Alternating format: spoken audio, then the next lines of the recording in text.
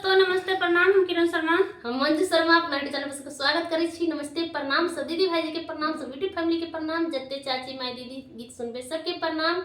आई भोले बाबा के नचारी हम दोनों देवरानी जेठानी गा रहल छी। बहुत प्यारा सा नचारी है। हाँ सब जरूर सुनब, कमेंट करके जरूर बताए। आई पहला सोमवार छी से सबके पता है। भोले दानी के नाम लग हर हर महादेव जपित रहूं। केते दीदी भैया चाची चाचा सब भोला बाबा के जल चढ़ेलिए और भोला बाबा के आई बारिश के लिए खास कर जगह जरूर अहाँ सब कमेंट करके बताएं। ऊपर पर्वत नीचा कंकर भोले बाबा को ना का पूजा करो।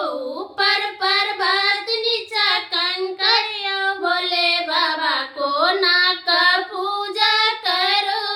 एक माना होइया जलवा चढ़ैती, एक माना होइया जलवा चढ़ैती। जलवा